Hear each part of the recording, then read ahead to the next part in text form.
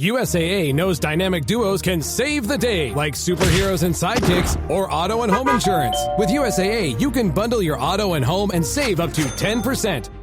Learn more and get a quote at USAA.com/bundle. Restrictions apply. At Starbucks, we've more than doubled paid parental leave, now up to 18 weeks.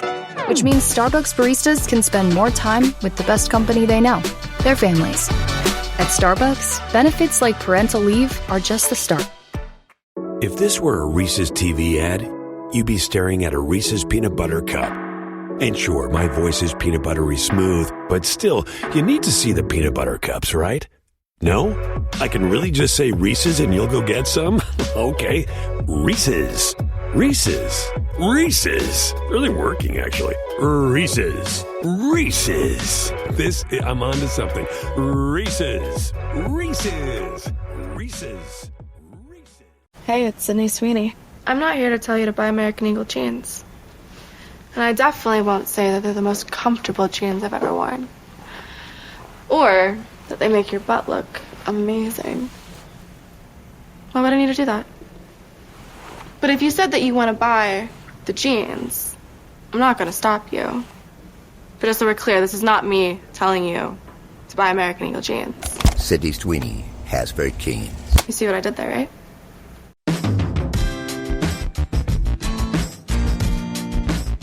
Welcome into the Tour Coach, everybody. I'm your host, Tony Ruggiero, as I am every week here on the Tour Coach podcast. If you've been listening for a while or you've recently started listening, you probably know that, or if you're new, this is really for you, but these are the stories and the conversations and the chats with the people that I meet in my journey in golf, coaching, teaching, playing golf. These are the fitness instructors, the mental coaches, the performance coaches, the other teachers, the players, and the people that I run into day to day teaching and coaching that I think shed interesting perspectives, have great views and information that can help all of you that love the game of golf play better, coach better, teach better, practice better. It's all in an effort to give you the best information. So hopefully you like these conversations here on the Tour Coach. We appreciate all of you listening and watching. And more importantly, or equally as important, we appreciate our sponsors, Mitch McConnell and Buick GMC, Blaine Stokely, Stokely's Midtown Garden Center, Taylor Martino and Rowan. And none of this would be possible without the folks at Shrixon Golf and Vineyard Vines and Bushnell. They've been with us forever. We're going to be with you, helping you play the game of golf better. Enjoy the Tour Coach podcast. Go find us on YouTube, Dew Sweeper TV. Follow us, like us, comment. All right, so here we are, another Tour Coach heading at you from on the road. I'm in beautiful West Virginia at a brand new Home 2 Suites. Jackson, you'd love this one. Told everybody earlier, it's next to a dispensary and a massage parlor. I mean, what more does a guy need on the road? Anyways, this is going to be, we've been doing these, trying to do one a week and trying to do them live. Our YouTube live on Dew Sweeper TV is taking everybody by storm. But we've got what I call the brain trust of Dew Sweeperville here. We got Wayne Flint, Jackson Court, and I mean, I can't believe I'm bringing Connor into the brain for us category. But we are for sure doing it. Joining us here on the live pod, going to go Clint, our boy's going to get this out here tomorrow. But guys, welcome to the Tour Coach, and thanks once again for sitting in. We got a good topic tonight for teachers, people that love to teach the game, that are learning to teach the game, and for people that are trying to get better at golf. I think it hits both. Both nails on the head. 30 seconds. We're going to take you around. Don't jump in there all at once, Jackson. All right, so here's the topic. I'm drinking wine out of a jug doing this. So because I'm out of Epic Westerns. Connor, I give you a hard time a lot of the time.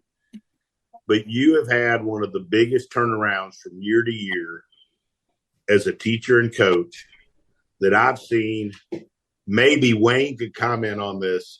But maybe since I was a youngin', and it's been really impressive. I want to talk about your experiences, how you've grown, because I think how you've grown as a teacher and as a person not only can help other teachers, but I think the process that you've gone through can help other players. Because we have the interesting thing to me about this podcast is that we have a lot of, teachers that listen and watch this too. So, it's kind of dual purpose here. So, Connor, let's talk about what the hell happened to you. Did you just roll out of bed and one day decide I'm going to listen to Tony and Wayno, or what the fuck? Or did Chloe tell you to do it? All of the above. We gave her a shout out. Yeah, there you go, Chloe. I think. Wait, is she there? No. Oh, that would be the ultimate. She'd be peeking in on the corner trying to say hi.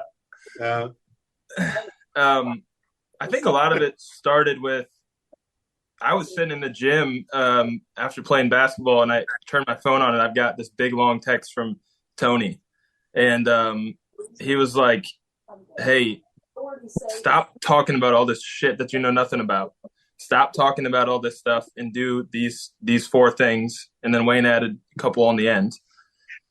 And at the bottom of the text, and like it was a great text to receive. At the bottom of the text, it was like, you've got 3 guys in here that really believe in you, and you've got to go out here and do what we tell you. And that was a big moment for me of like, all right, I took this job because I wanted to learn from them, and I've got to actually do it. And so from there, it was like, before I could get into really learning about the teaching and all of that, I think I had to get my life a little bit more organized and structured as far as priorities go. And that looks like, prioritizing my emails and text messages and prioritizing a lot of the back end stuff that I've never been good at. And so when I did that and took a couple of months to really learn how to do that stuff, well, then the knowledge I was getting from you guys got way easier to process because my brain wasn't so chock full of random stuff. I think that was the biggest piece for me, was getting really organized, or at least really organized to my standards, with the back end stuff. And that's helped a bunch. And Wayne, I'm going to throw this to you in a minute next, and then Jackson. But I think that's directly related to golfers too. I think golfers trying to get better are in the same place Connor was as a teacher, where they say all the right things to people like us. I really want to get better. I'll do anything it takes to be successful at this game, blah, blah, blah, blah, blah. But when it comes down to it, they got all this shit in their brain, and they've got all these preconceived notions, and they're looking at the finish line instead of all the little things they need to do to get good. And I think that's why I thought it'd be cool to do this, because, one, we are proud of Connor, even though I'm still going to give him a ton of shit this weekend. But incredibly proud. I mean, I know how proud Wayne is and Jackson is of you, and we're proud of the young folks that come up under us. But I think it's really applicable to both sides. Like, I watch, high school kids, and then I'm going to turn it over to you. But like Ethan McGregor said this to me, Wayne, this weekend, and we all know Ethan, one of our elite kids, and the kid's got a great golf swing, and he's getting better and better, and he's starting to have some college look at him. And after playing 9 holes, which I hadn't played in 3 months, I did kick his ass on 9 holes, but that's beside. We'll talk about that later. It's another podcast, because I went back to my Wayne Flint golf instruction, kept my knees quiet, and I made it fucking do it. But anyway, so he said to me on like the 8th hole, he goes, T, I've learned something today. And I go, what? He goes, I really do hit it better when I take my time with my setup and the things that you keep telling me to do before I hit it. Go figure. I wanted to text his dad and be like, well, 2 years and $48,000 later, we got it, right? But Wayne, talk about that a little bit. This might be our best podcast ever, roasting Connor. It's amazing. You watch, and just like you and Jackson and I watched Connor for a year. I mean, great guy, and we're all trying to help him, but it was in one ear and out the other.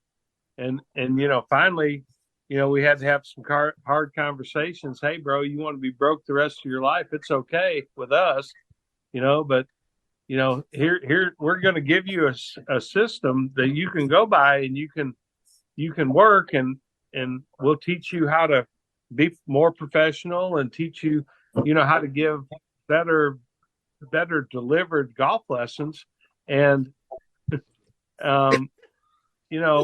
when he started trying to do that, when he started paying attention to that and trying to do it, Lord, behold, he started making a little bit more money and teaching a whole lot better golf and getting a little more repeat business and all the things that, that come with having a little bit of success at teaching for a living. And if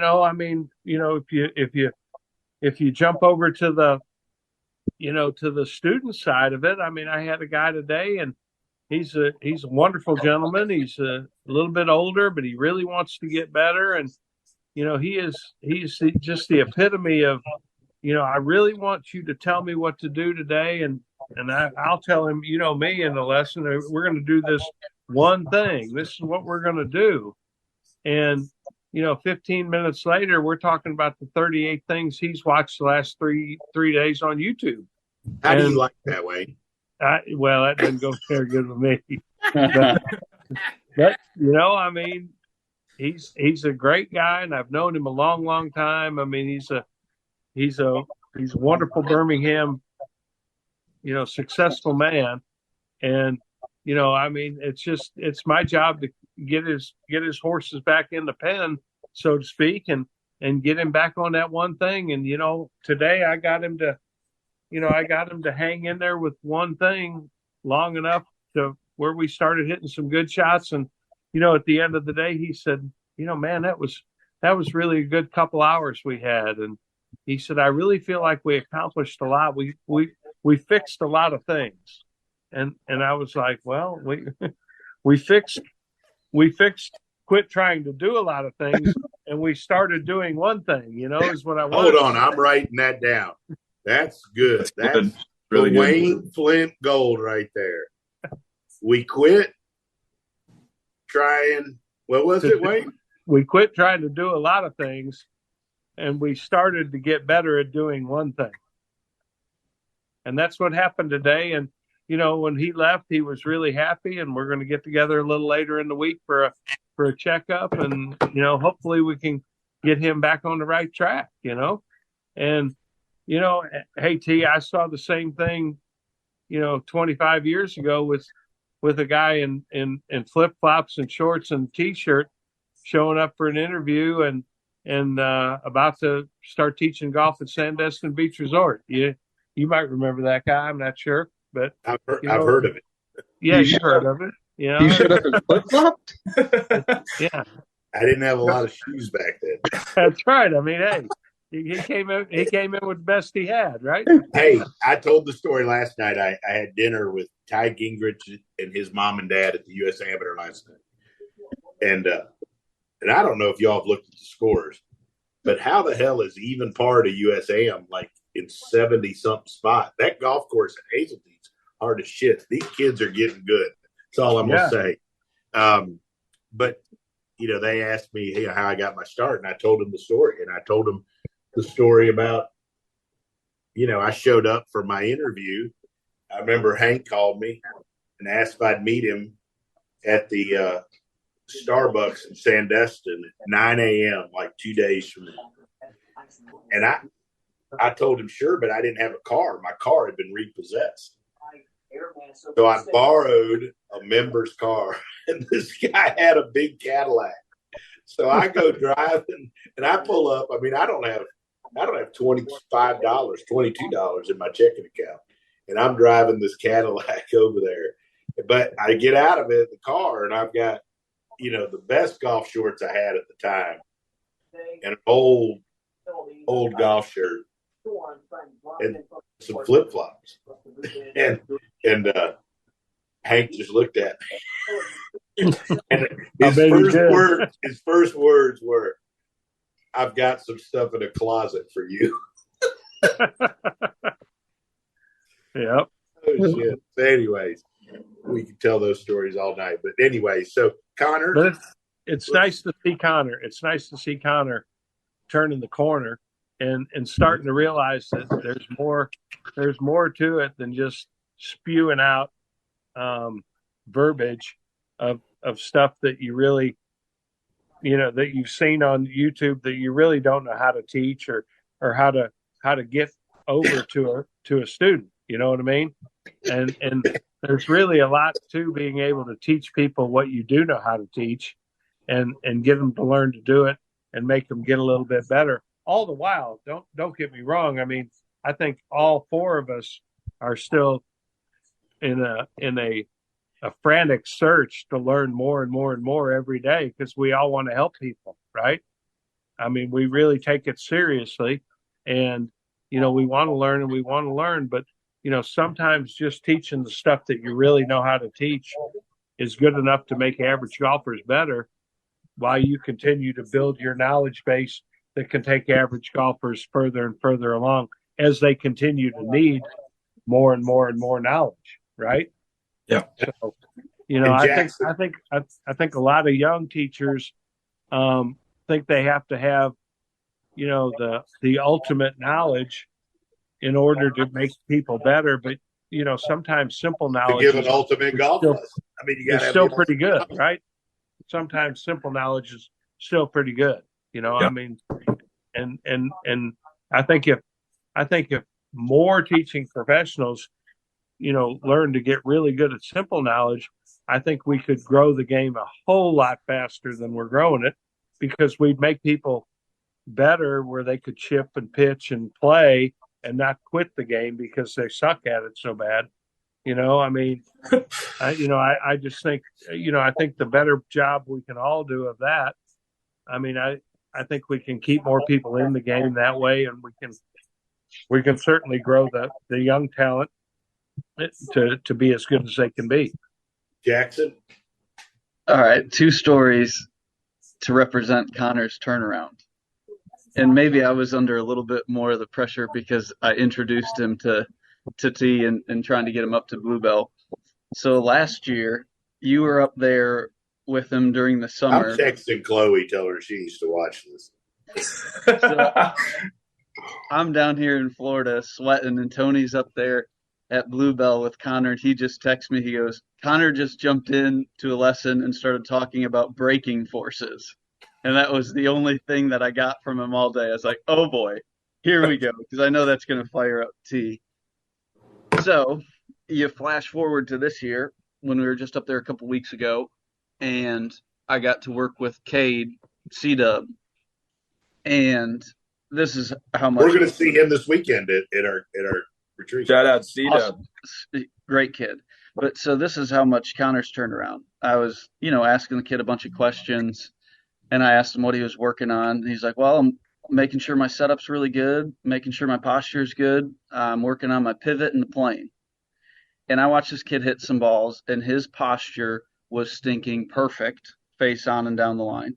And his pivot in the backswing was phenomenal. And he understood what he was trying to do with the club, moving it up and down on the plane. And I was like, I don't have it. I would love to do something here, but you don't have to do anything different. Just keep doing this, Connor. Like, that turnaround in from the story from last year to there is a perfect representation of why he's done better. New Icy Hot Nighttime Recovery relieves pain at nighttime while your body recovers. Icy Hot, you're so back.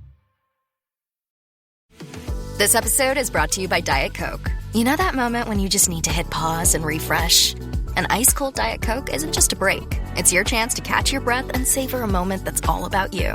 Always refreshing, still the same great taste. Diet Coke. Make time for you time. Put us in a box. Go ahead.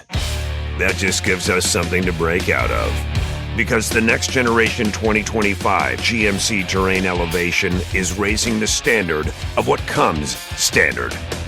As far as expectations go, why meet them when you can shatter them?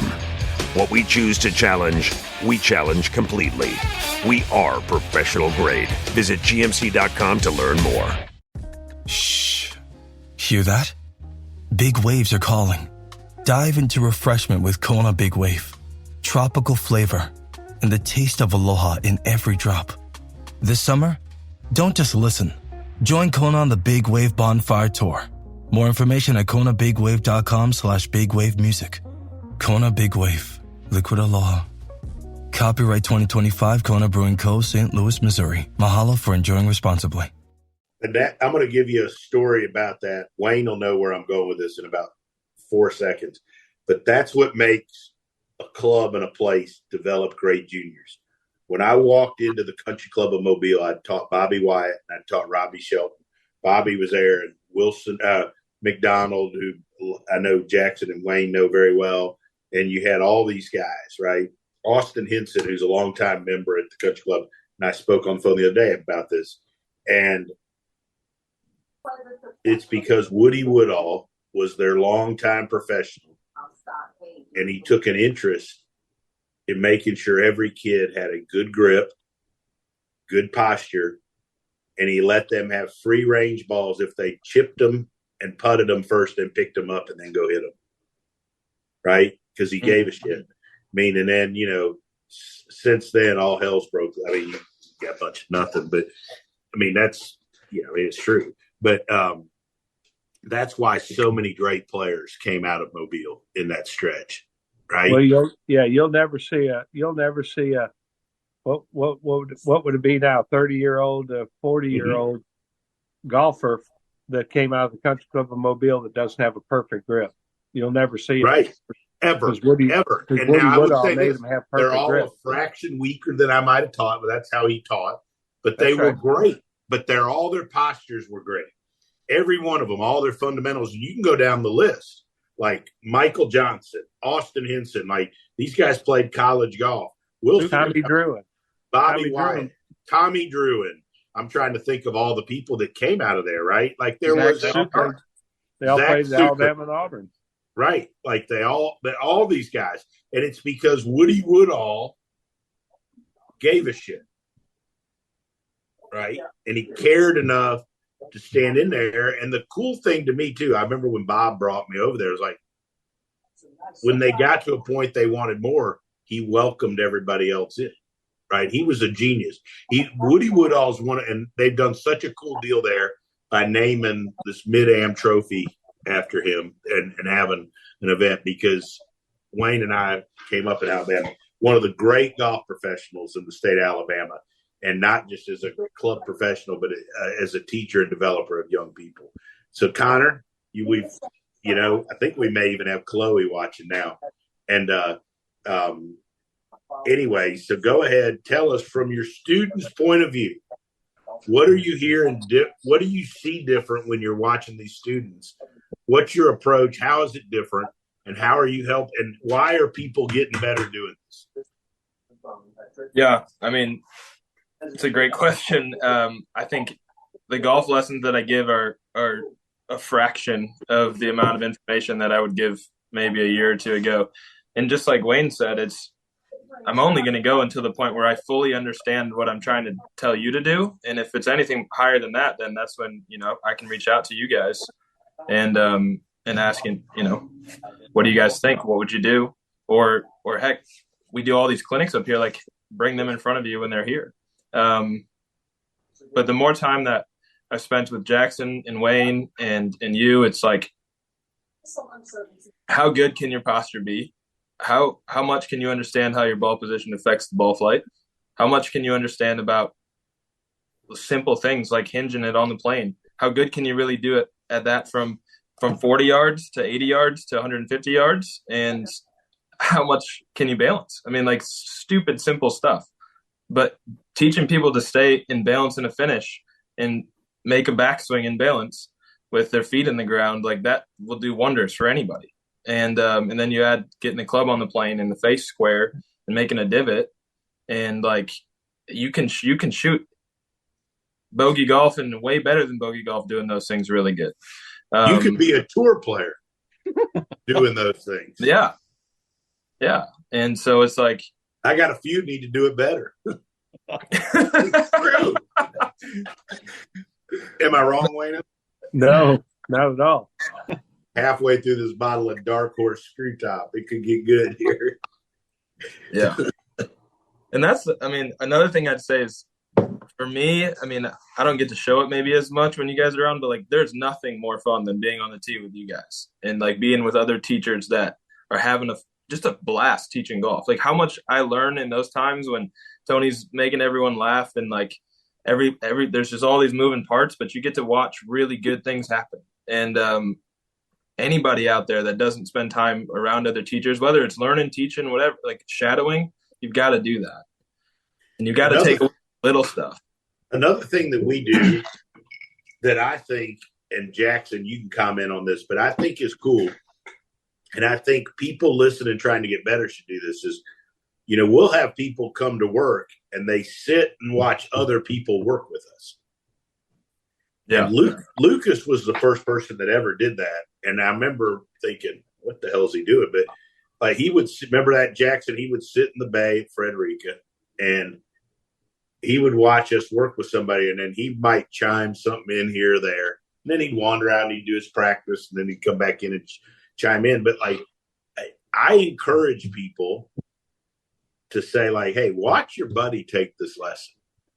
I think it's really useful. I think it's really good, because I think you can learn from watching another person learn. You know, we probably should have asked Doc that a couple weeks ago when we had him up there in Philly, Doc Bonacore. And, but, you know, don't you think that's a pretty cool deal, Jackson? Yeah, I think your players have been a pretty good testament of that. I think the other two guys that stand out, that three guys, now that you mention it, that actually did that a lot. Andy Ogletree was probably another one that does that a lot. I actually remember Robbie Shelton doing that a whole bunch. He did. Robbie does it a lot. Robbie did a lot. Yeah. And then, you know, the other one that does it, and probably a testament to some of his good play, is Will McFadden. Yeah. Yeah. For sure. Andy's big on that. Andy likes to just sit around and listen and wanders off, does his deal. Yeah, I agree with him. And the better players, I've noticed, it always boils down to like a specific shot. It's sure there's maybe a little bit of swing stuff in there, but it's about like what the ball's doing and what that means on the golf course. Mm-hmm. And I think I'm going to turn this question goes to Wayne about Connor. But I think in the beginning, when Connor would have a student and the person was reacting to the ball flight, he reacted with them, right? Mm. To every ball. And I think that golfers that are struggling do that. They react to every ball. And I would say that's because Connor hadn't himself figured out the basic things that he believed in the golf swing and stuck to them. So he was reacting to every ball. Wayne, you're one of the greatest of all time at ignoring whatever the hell's going on with the ball and somebody making somebody stick to it. And I think that's a big deal. And I mean, it's hard as a teacher. It's really hard as a young teacher, crazy hard as a player. But you've got to stick with whatever it is the heck you're trying to do and not react ball to ball. Well, there's no question. You know, I mean, I had two of the best mentors. Well, I've had so many of them. I'm unbelievably lucky, right? But obviously Hank was a big mentor, and you know, he told me this, and I'll never forget one day I was over in Atlanta, and I was still trying to play at this point in time. I still thought I might be good enough to try to make money playing golf, but that I found out that was not the case. But I was over there doing some golf schools in the early days of Chateau Elan in Atlanta with Golf Digest. And this particular school, I was with Dick Altman, who was he was probably more known as a writer than he was a teacher, but he was one of the instructors for the Golf Digest School program, and you know, we were working together in a school, and when we got done, we went out and played 9 holes that evening, and you know, I was playing pretty good, and I was a 1 or 2 under par or something like that, and I'd knocked it up on a par 5, and I was right on the fringe, and I had kind of a little bit of a tight lie, and my tendency was always to take the club back a little inside, and I needed to take it a little straighter back to pinch this ball off the tight lie and get it up there for another birdie to get a little bit deeper. And I kind of hit a little end out, thin shot, and knocked it 8 feet by. And I said something to Dick. I said, "God dang, what did I do wrong that time?" And he goes, and I'll never forget it. I'm going to say a little off-color verbiage here, but Dick said to me, he said, I don't allow that on these podcasts. You don't allow that. He said, Wayne, he said, I just got to tell you, you ain't never going to be worth the fuck as a player or a teacher until you quit trying to fix the last shot. And I mean, that was a write that down, Connor. That was a hit home really moment for me, That's the name of this podcast. Yeah. I mean, it's just, that was a hit home moment for me. And, I mean, God rest his soul. It's the truth, though. And that's what a lot of teachers are doing. They're reacting to golfer that isn't getting better is doing. They're reacting to the last fucking shot. And they're reacting to the student and their interpretation of the last shot. And, you hell with all that. I mean, you've just got to make your mind up what you're trying to work on with the student. And you've got to stay the course with them. Now, that doesn't mean they're going to think you're the greatest guy every minute of every lesson. But, hey, our job is to try to make these people better, right? And you've got to provide good, solid information. You got to stay the course with them, and I think that's what Connor's starting to really learn how to do. And I think it's showing up there at Bluebell. I mean, he's doing great, and I think he's got a bright future ahead of him now. Jackson, a couple thoughts from you and a couple thoughts from Connor, because that was Wayno. Once again, you come out, you're the star of the show.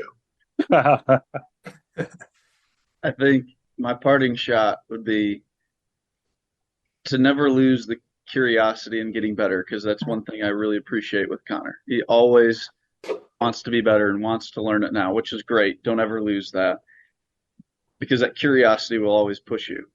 But then you always have to have confidence in the things that you know what and how to do right now. And I think that stands for players too. Like I'm just thinking about a young kid that I'm working with. Like, he wants to be really good and hit all the shots right now, and I don't think he has them, but I think if he continues to stay the course and have confidence, eventually he will.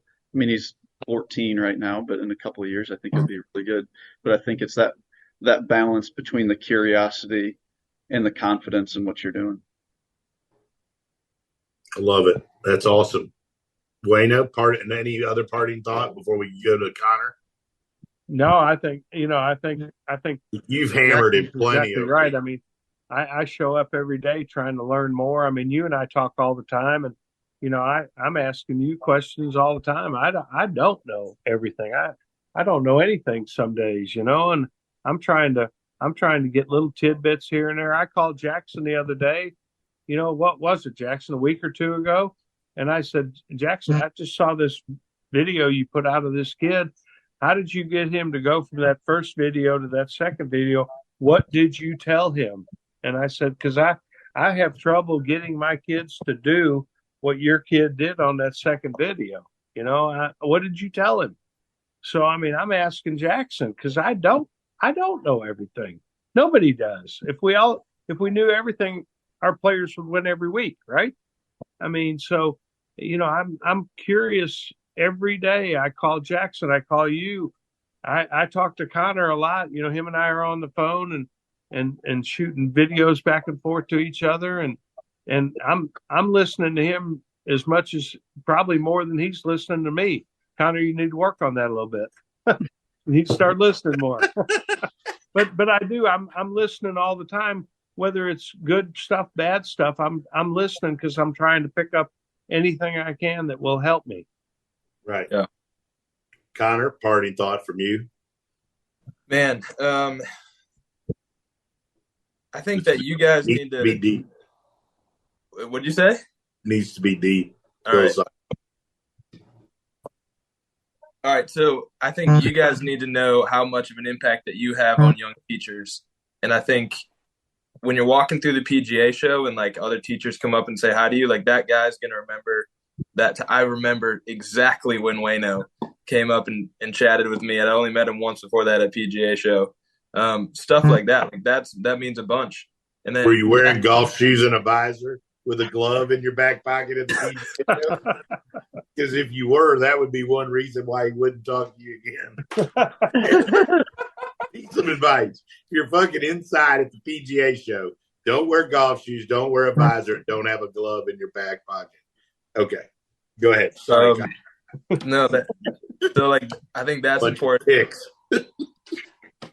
And then aside from that, like there's a lot of people that I know personally that are great teachers with a really tough have a really tough job doing the right things on the back end. And like, I think that just kills them. And it was because I had people like you guys that told me the hard things that not many people want to hear. But you guys were willing to say it. And that was huge. They're good at that. Yeah. But there's not enough people that do that. Too many people will just try to be nice and beat around the bush. But Wayne and Tony have always said the hard thing that no one wants to hear, and I love it. Yeah, because it's right. I got to get better at doing it too. Sometimes I'm not as good. I don't think I'm as good at it with players sometimes as I need to be. I always look at things in retrospect, like players. What could I have done different? What could I do different? I think at times you get comfortable with players and you don't, and you don't say some of the things you need to say. But I always go back to what Woody told me one time. He said, well, you better tell them the truth because you're going to get fired if you tell them and you're going to get fired if you don't. So you might as well tell them. Right? Good. And he's true. And he's right. And then Connor, awesome stuff. You've done a hell of a job. If anybody's out there around the Philadelphia area, go see Connor Luke into this season or next season. But the main thing is like how many people you're teaching now. That tells you you're doing better, right? And like you said, we're seeing videos of people that are getting better, and we're having success stories, and that's what it's all about. And Jackson, you're doing awesome down there. So proud of you at Atlantic Beach, and hopefully your back keeps getting better because we need you at the Jingle Bell this year. You and Big Ed, planning on having you guys back. Wayno, thanks for everything, man. You've been with us from the very beginning, and thank God you picked up that 20 that was blowing across the parking lot at the Waffle House. Right. When I was living on $5 a day. But anyways, great stuff. Great. So we can do this. We ought to do one where we just tell stories, but which is shit pretty much what we do. But anyways, I thought that's what we did tonight. Wait, I thought this was like a seminar. There you go. That's right. You should get continuing education for this, right? You should, or you pay $99.95 and listen to this. Right? Preach, brother. Somebody's gonna post this picture on their Instagram. Preach, brother. They're telling you what to do. All right. Anyways, guys, thanks so much. Appreciate y'all. We'll do this again in a couple weeks. We got to get this group together again and keep doing podcasts. That sounds great. Let's do it.